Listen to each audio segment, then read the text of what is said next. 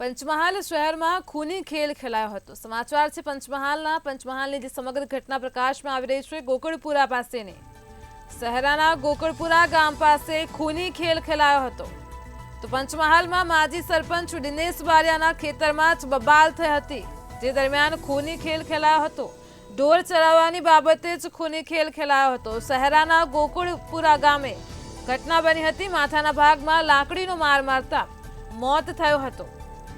તો મૃતકને સિવિલમાં પોસ્ટમોર્ટમ માટે ખસેડ્યો હતો।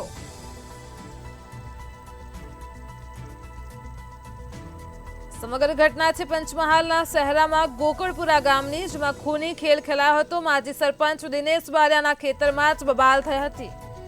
ઢોર ચરાવવાની બાબતે ખૂની ખેલ ખેલાયો હતો। માથાના ભાગમાં લાકડીનો માર મારતા જ મોત થયું હતું।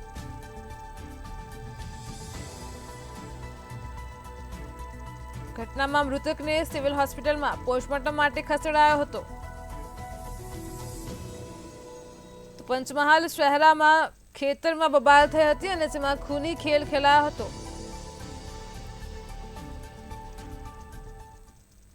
તેમના ખેતરમાં ઘાસ પડ્યું હતું, તે ભરવાડ લોકો આવીને ઢોરોમાં અંદર ગાળી દીધા। એટલે દિનેશભાઈએ ભરવાડ સમાજને એમ કહ્યું કે તમે ઢોરો કાઢ લો એમ।